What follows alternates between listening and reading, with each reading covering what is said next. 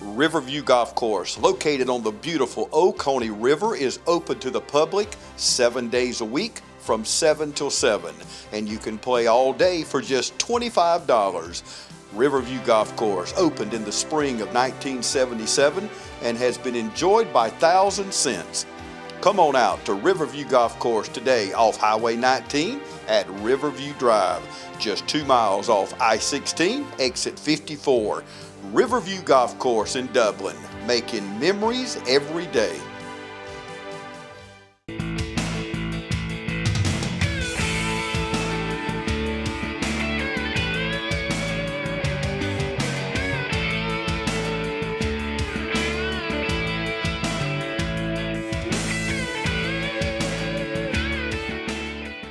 Hello everyone and welcome. We're out here tonight for a special occasion. We're out here at the Bose Porter Center for our United Way annual dinner.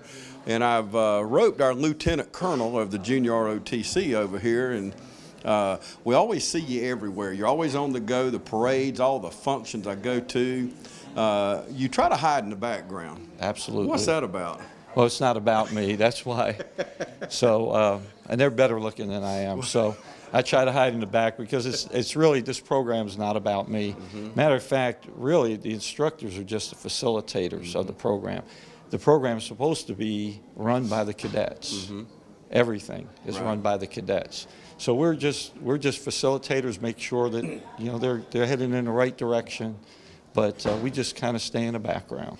And the ones that I see, and like tonight, we're going to see in a little while. What's this? The honor guard? What's the right term? Well, technically they're the color guard, but we have renamed them the Irish Guard this year. Okay. Get a little bit of school pride in there too. So you'll see that they're wearing green berets and a green ascot and green gloves. So we have to get Dublin in there. Well, how about that? That's good. And we're going to be meeting these young men and women in just a few moments. And I'll have to tell you, every time I see these, and I say kids, but the way they talk, they don't act like kids. But to me, an old person like me, they are kids, you know. But they're fine young men and women is what they are. But what a humbling experience every time I see them. I'm telling you, my skin's crawling right now. I mean, thinking about just picturing, seeing them in the parade come down the street, or see them come down in front of us at many occasions that you have them at. But it's got to feel good to you, don't it? It does, and the reason I even got into JROTC, you have to be retired Air Force to teach Air Force JROTC. And when I was about to retire, my wife said, "You need to teach JROTC." But that's not the only reason I did it. Trying to get you out of the house, right? Something like that. She was afraid I was thinking about staying home after I retired. But seriously, I have 6 children. Or I should say I had a little bit of help from my wife. So we have 6 children together, and all of them were in JROTC. Wow. So we were around JROTC while they were growing up, when they were going through high school, and I was really impressed with the program because it instills the 3 Air Force core values: integrity first, service before self, and excellence in all we do. And that's really why I do this, to help young people realize their dreams and realize that they can make a difference and realize that they can be part of a team. And really that their part makes a difference. So that's I really believe in the program. So that's why I do it. And Dublin is the only high school that has the Junior ROTC. If somebody's watching, I'm off the cuff here. Somebody's watching. The kid goes to East Lawrence, West Lawrence, wherever. Is there any way they can get in the program? Well, and actually, this year we have a couple of students from East Lawrence, and I'm not going to speak for them, but there's a possibility even more are going to be coming over next year. And we've always welcomed, especially through this new career academy, have always welcomed other schools to come over. We can do that. We can't go to other schools to teach.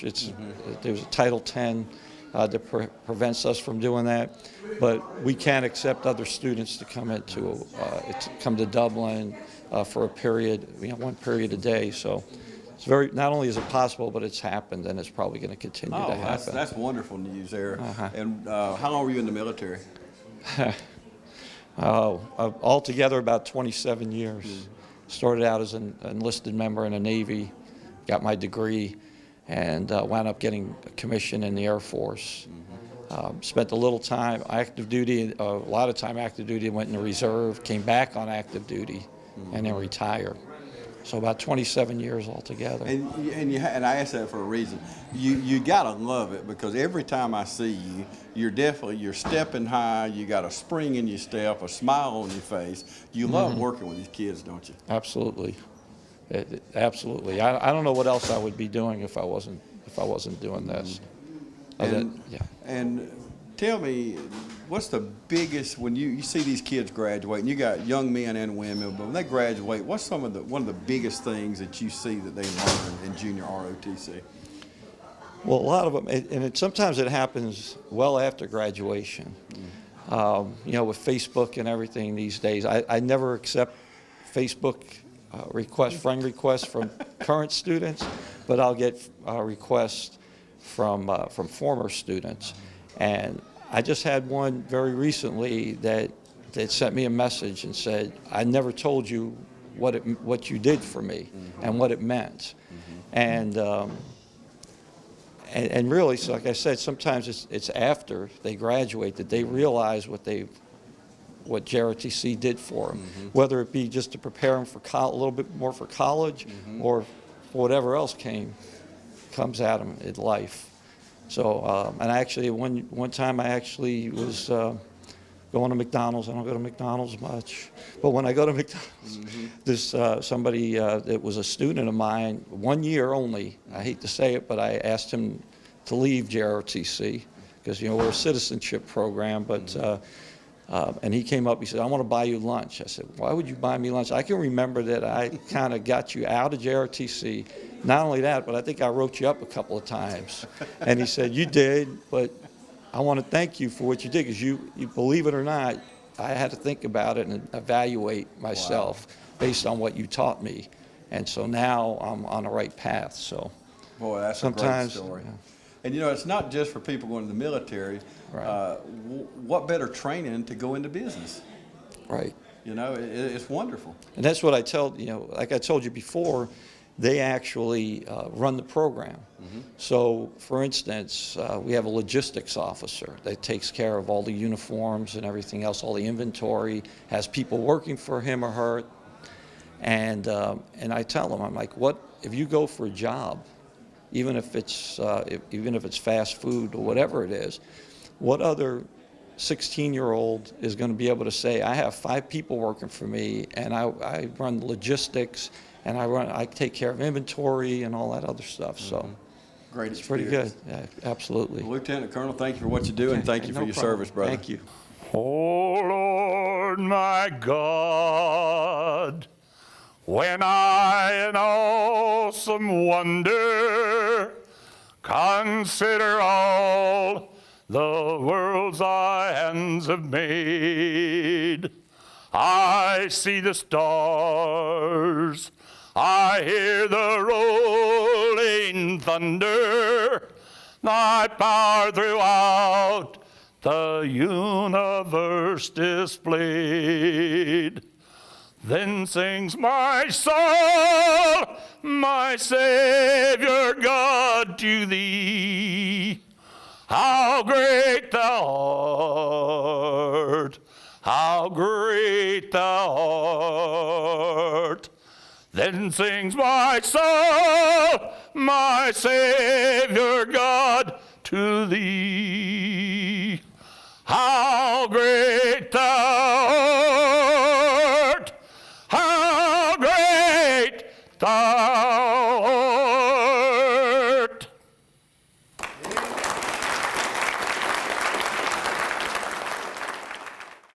Okay, first I have with me Matthew Howell. First of all, tell me your rank, what grade, and of course you go to Dublin High School, right? Yes, sir, I do. I am a cadet first lieutenant with the junior ROTC program at Dublin High School. Okay, and what made you join the junior ROTC? Really, I've always been the kind of person who's been really into the belief that I have a debt that I owe to my country. And I'm really into the idea of joining the military, and I thought, ROTC, that'll be a good first step along the way. Absolutely, good thinking. And what branch of the military are you thinking? Right now, I'm looking most towards the United States Marine Corps. You mentioned country. So many people we see on the news, people stepping on the flag and dishonoring our flag. Tell me what it means to you, love of country. Well, seeing all these things done against our nations by your own people, as a matter of fact, it's really hurtful. And it's especially in times like these where good patriots have to step up. And I think it's my duty as an American to do my part for that. Okay, next I have with me Richard Lysacker, and you've been with the ROTC quite some time, haven't you? Ever since my freshman year, I have been a part of the JROTC program here at Dublin High School. What have you learned from being a part of ROTC? The biggest thing I've learned is how to deal with other people. I was very isolated whenever I was a child, didn't have much in the way of people skills. And so whenever I joined JROTC, I first learned how to make friends, how to really get along with others, how to work towards a common goal, and it really inspired me to humble myself in order to work with other people. Well, I'll have to admit, it's hard to believe what you just said because you speak very fluently, and obviously it's taught you a lot, hasn't it? I've been in for 3 years, and ever since my first day, I've learned so much. There is not a day that goes by that I don't have something to learn. From the very start, I wasn't the best person ever, but once I became a part of JROTC and I started getting more involved, I really opened my eyes towards the world into what I have to do. Okay, and you are the public affairs... I am the Operations Support Squadron Commander, and under that there is CE, which is taking care of the classroom, making sure all the equipment is all right, and Public Affairs, which is in charge of all the media that goes out of the program. Like what's going on now, right? You can thank me for actually getting this interview started. That's exactly right. I was trying to get that out of him right here. I'm also the one in charge. Well, I'm one of the people in charge of the Facebook page. I'm the one taking pictures. If I can, I try to get an article out, and I've been doing this job since the middle of my sophomore year. Well, great. And I'll have to compliment you on the Facebook page. I've already been on there and looked at some of the things, so you're doing good there. But what would you say to someone watching us right now that says, I'd really like to be a member of the Junior ROTC? Well, I will say this. It takes a lot of humility to actually join JROTC. It's not meant for everyone. There is a bunch of rigorous standards that you have to go through. You are held to a much higher standard than most students. However, as we say, rank has its privileges. The more you get involved in JROTC and the more you learn, the better everything becomes, and you'll feel so great afterwards. After 3 years, I already feel like I'm on top of the world. Okay, next I have with me Brianna Gregory. Brianna, how long have you been in Junior ROTC? This is my first year. First year? Yes, sir. What made you make the plunge? Well, my sister in Air Force, so she inspired me to get in there in JROTC. So, and what have you learned this first year? That be a leader and not follow everybody else. And do you want to continue maybe to go in the military, or you have other aspirations? Yes, sir. I want to be in the Air Force. Air Force? Yes, sir. Okay. And is there a reason for that? You got family members in the Air Force? My sister. Okay. And what does being a patriot mean to you? Being a leader and, having followers and, doing the right thing. And you might have heard me mention to one of the other gentlemen here about a lot of people in the news now disgracing our flag. Yes, sir. What does that do to you personally? It kind of hurts because, you're a part of America and, it's kind of disrespectful to us because, we live in America, so not the right thing to do. Yeah. And what grade are you in? 9th. What's the biggest thing you've learned this week being a member of Junior ROTC? Just doing the right thing, not, just doing the right thing, having a good mindset and, not giving up and stuff like that. Next I have with me Jaden Pryor. Jaden, first of all, what grade you in? I'm in 11th grade, sir. 11th grade. And how long have you been a member of the Junior ROTC? I've been a member of Junior ROTC for 3 years, and I plan on going in for another year until I graduate. Okay. What is students on campus at Dublin High School, how do they look at you being a member of the ROTC? How they look at us, most of the students there, they actually look at us with respect, and some of them actually do want to follow examples that we do set for them. And we try, and us as the ROTC unit, we do try to set the best example for not only the Dublin High School students, but for everyone else that sees us. And we're here tonight at the United Way function here at DuBose Porter Center, and I see y'all everywhere. I love watching y'all march in. You've got the flags, and it's a humbling moment for me personally, and I know the people in the audience, no matter where I see y'all, but how does it make you feel?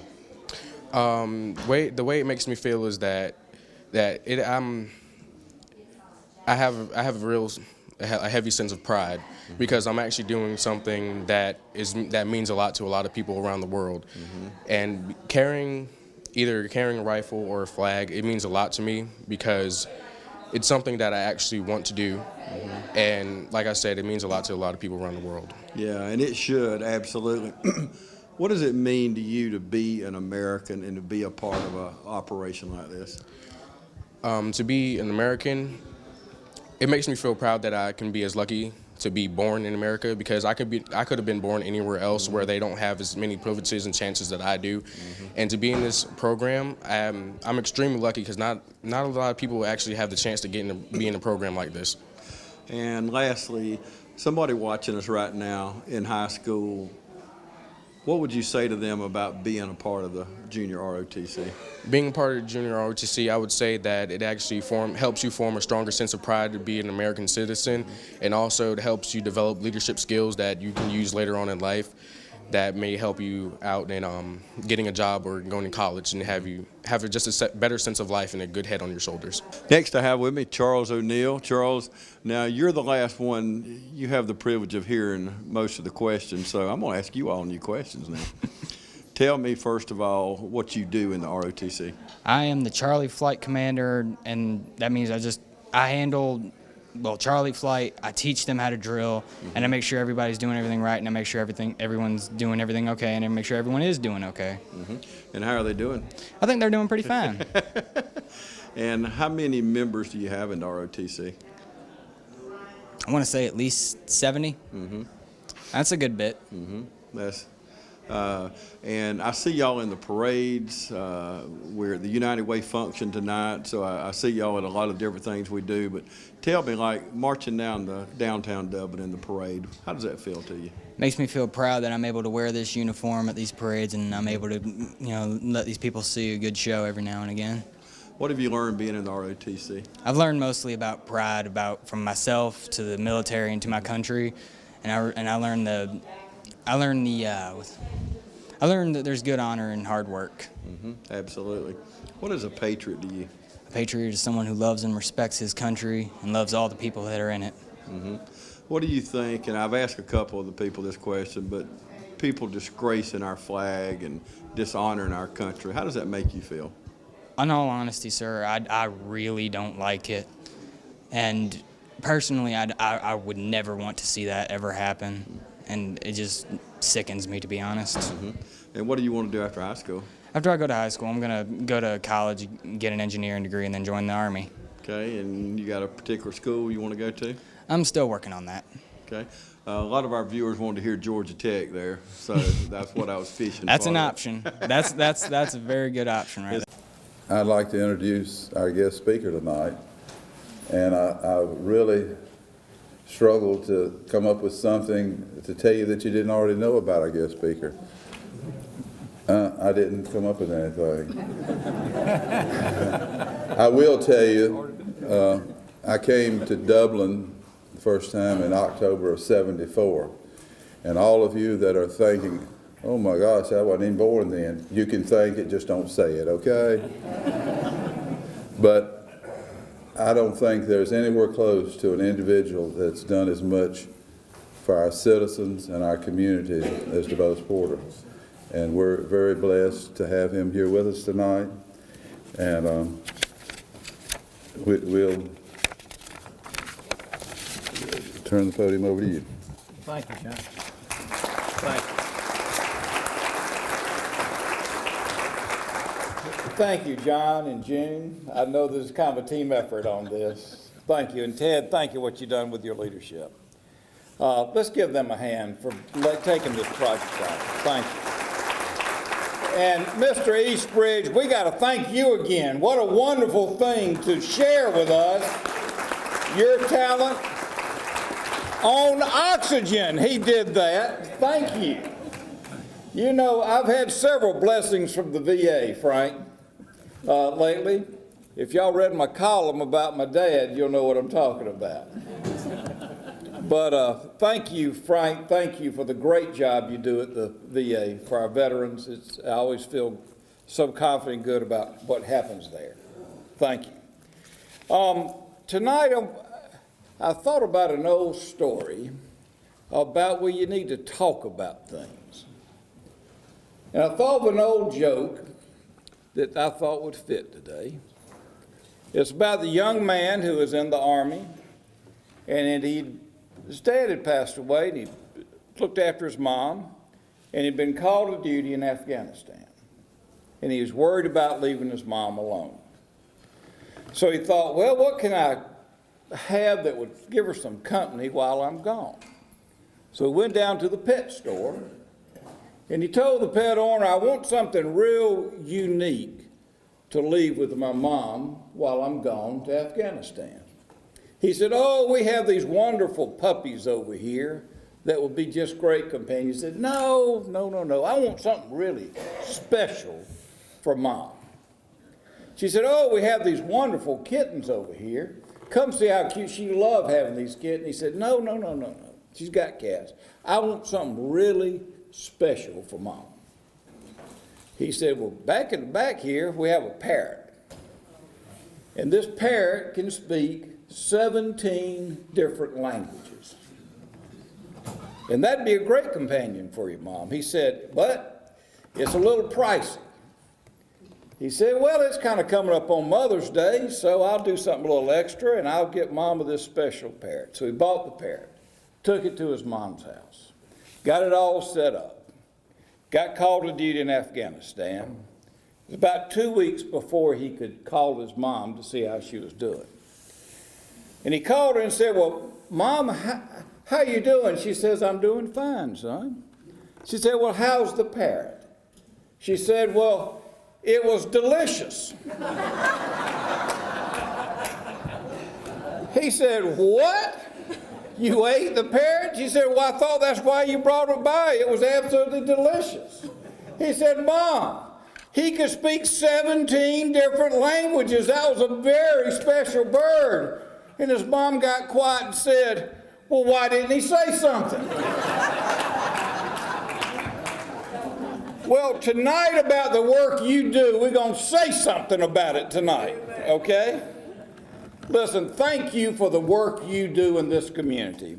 As I looked through the list the other night, getting ready for tonight, I realized how wonderful the work that is done through United Way to support the groups here and what it does for this community. As a caring community, as a Christian community, as doing as God called to, and Jesus called for the least of these, so you do to the body of Christ.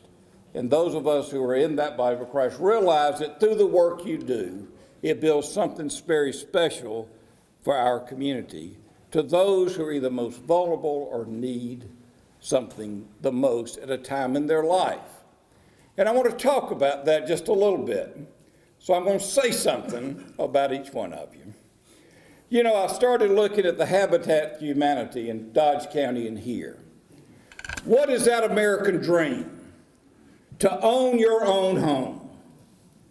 And we know that with the economy like it's been, there have been many times where that could not happen to a lot of people for whatever circumstances in their life occurred.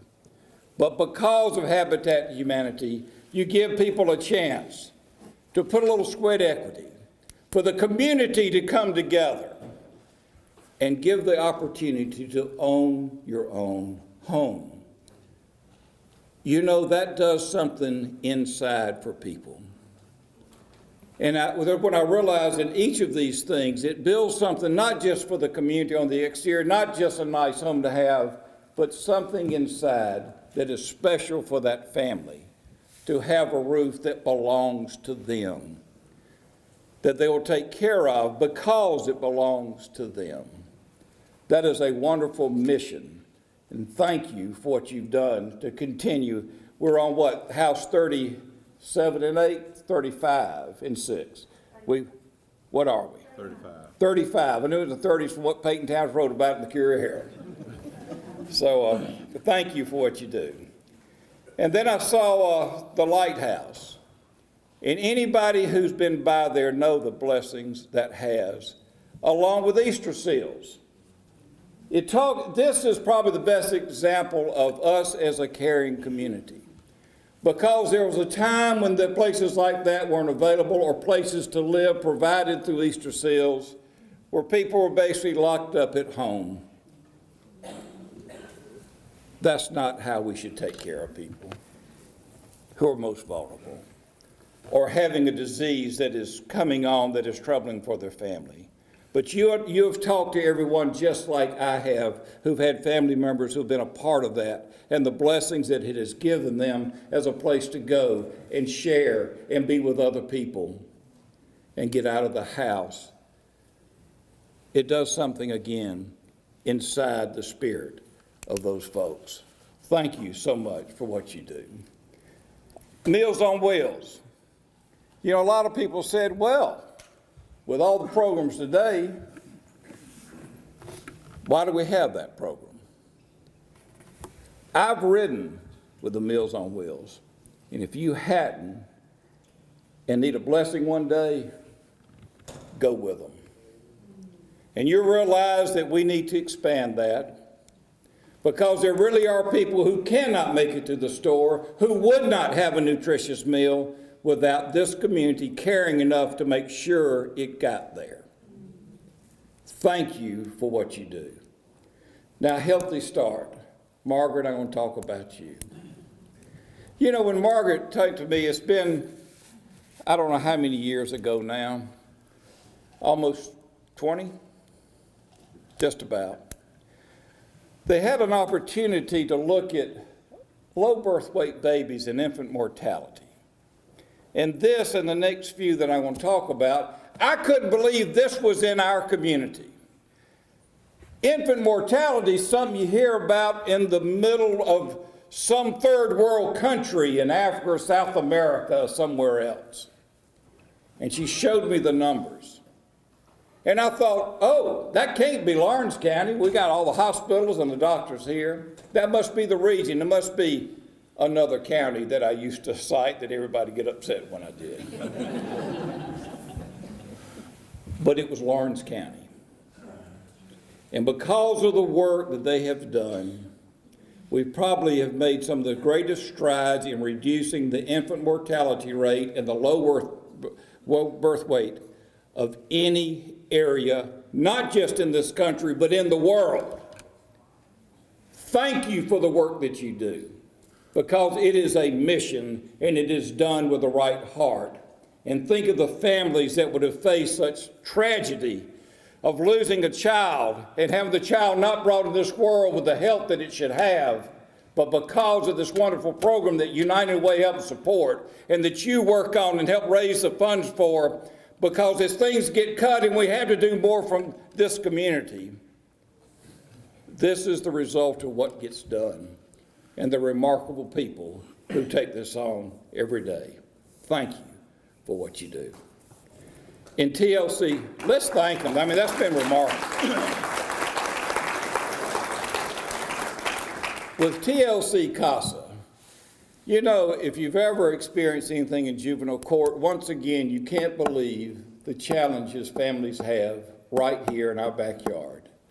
And without people with a caring heart that will be a mentor and speak up for our children, we would not be the community we are without this program. It is something that is essential. People do it simply from their good heart to go to court and take their time to make sure that children in this community have a voice. Thank you, because that's where you see some really tough things. Now, the one that gets me, and I don't know why I get older, I get a little more emotional when I think about these things, but stepping stone. Stepping stone is a way where you have abused or neglected children. And when I was in the legislature back when we get local assistance grants, they came to me and said, we need a machine to help us so we don't have to take our children somewhere else when they're traumatized. And I said, what do you mean? And they needed to monitor whether there was a vaginal or rectal tear in a child that had been abused. And I thought again, that can't happen in my community. And then they showed me the numbers from here and the surrounding counties. By having this here, in some of the most vulnerable times in that child's life, you have someone who loves them enough to take this job on to give them the right counseling and care through a very traumatic time in their life. And it is here in Lawrence County. When I see the number of cases, 600 and something served year before last, I couldn't believe it. And yes, I went to bat and got the funds to get that grant. Because imagine through that trauma and having to go take that child somewhere else in another community miles away. Y'all, we shouldn't lack for anything for our children, people, other than having it here. And because of the work you do, I just want to thank you for the support that gives it for our children. You know, in the same way I feel about Wings, when we first started that, and that's been a little more than 20 years. I remember getting the first, we used to have local assistance grants in the legislature. And they came to me and said, the nearest shelter's in Macon. And I said, tell me about how big this problem is here. And they told me. And we worked and got the grant, and we opened the Wings. The first weekend, it filled up here. Again, one of the most vulnerable time in a family's life, and we didn't have a place here, but now we do because of what United Way helps provide through Wings in this community. Thank you for what you do there. That one, again, if you've ever not gone out there, you should. And I know it's supposed to be confidential, but I think everybody here would do it in the right way. It's something that you'll realize why this is so important, and maybe work a little harder to ask people to support this, to get the help for people when they're at their most vulnerable. You know, as you can tell, I never worried about being hungry. Now, this is National Dubose Porter Lose 10 Pounds a Month, and it was real hard to go past those dumplings just now, but I did. But there are people in our community and children who go to bed hungry. And because of the food bank that is supported through here and throughout Middle Georgia, look at the numbers in just a couple of years ago, 54,000 people giving something nutritious to have a meal. Now let's talk about both the Salvation Army and the Red Cross. You know, we don't think the tragedy hits here until the tornadoes recently that come through, or you have a fire, or a neighbor loses their house, or a homeless person doesn't have a place to sleep. But the kind of work that you do, there is a need, and it's here. You know it because you work in it, but we need to let people know how much that has touched so many people and why United Way needs to continue and support both Salvation Army and, of course, the Red Cross. Who is out there with our firefighters? And we have a tremendous volunteer fire department in our county, giving them water, just water. Can you imagine needing blood and not being able to have something to save a loved one? But because of the work they do, that the Red Cross makes that happen. You know, teen court. I remember when it first got started, we were one of the pioneers in that in Lawrence County. And I remember getting the money through juvenile justice to put that here. And because of other cuts, United Way's had to pick that up. But again, this is a time to give someone a second chance who ought to know better, is given the chance to know better and not ruin their lives and become productive people in our society. That is a valuable program and is so needed today more than ever. When you talk about the national news, I think the way we do that here is better, which is another reason we love Dublin and Lawrence County. In hospice, if you've never been through the death of a loved one and used hospice, you won't understand how important this is. I lost my mom to breast cancer about almost 20 years ago now, 19 years ago. And I remember how special it was for these remarkable people who would come into your house to keep her comfortable, where she could die with some dignity. When she was incapacitated, and if you knew my mom, you knew this was one strong woman. The care that our local hospice does for families at a tough time is another mission that is needed. Thank you for what you do, and thank this United Way for helping provide the resources to it. The last two that I'm going to talk about is something that I think is life-changing for young people, and that's the Girl Scouts and the Boy Scouts. Now, I'm an Eagle Scout. J. Roy Rowland is. As J. Roy knows, you're never a former Eagle Scout, you're always an Eagle Scout. I'm just a little older Eagle Scout. My older brother and my younger brother are also Eagle Scouts. I have 4 sons. All 4 of my sons are Eagle Scouts. Let me tell you, this is a program, both the Girl and Boy Scouts have been beat up a little bit lately, but we need to help. We need to speak up for this program because what it does for young men and women, again, inside.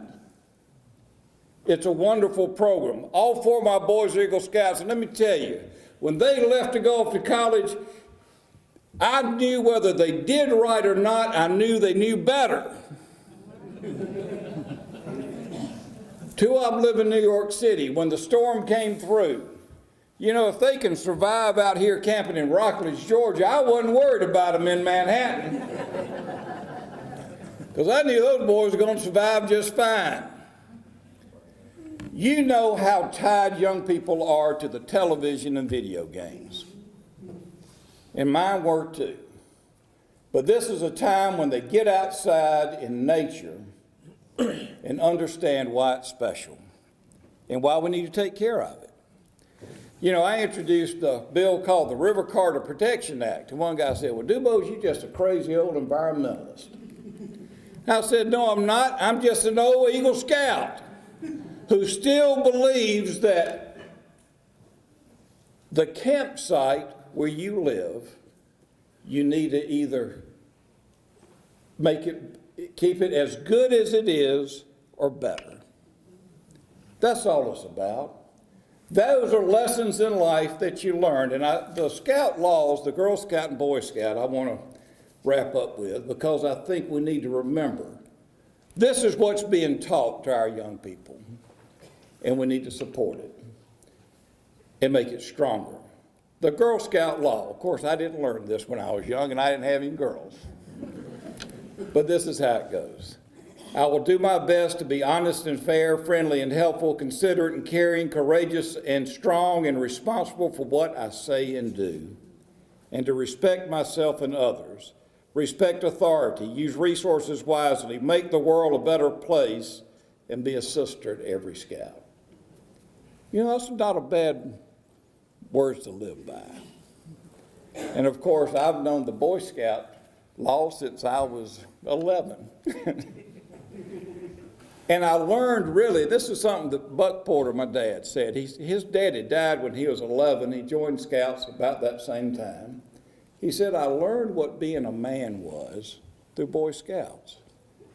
And being a man is to be trustworthy, loyal, helpful, friendly, courteous, kind, obedient, cheerful, thrifty, brave, clean, and reverent. Not a bad thing to live by when so much is offered and thrown at our young people today to give them a chance to go outside and enjoy nature and know why it's important to take care of things. Folks, we have a lot of work to do, but you're getting it done by your money, by your sweat, but the most important thing of all is what I feel from you, is your love. The love of people, the love of knowing it can be better, the love of a community that we know as caring people can be what it ought to be because of programs that you support through here. And it goes back to the one message I want to leave with you, that we need to talk about, like that parrot should have done, is what challenge did Jesus give us? It may be being a lawyer, this meant something to me, but it's really about what it all boils down to. Remember, the lawyers were asking Christ, what's more important? Which law is better than the other, or higher or lower than, which is the most important? And what did he say? There's one thing you need to know: to love the Lord God with your mind, body, and spirit, and to love your neighbor as yourself. That's what you do day in and day out. Thank you for the work that you do. Let's do more of it. Thank you again for having me tonight. Appreciate it.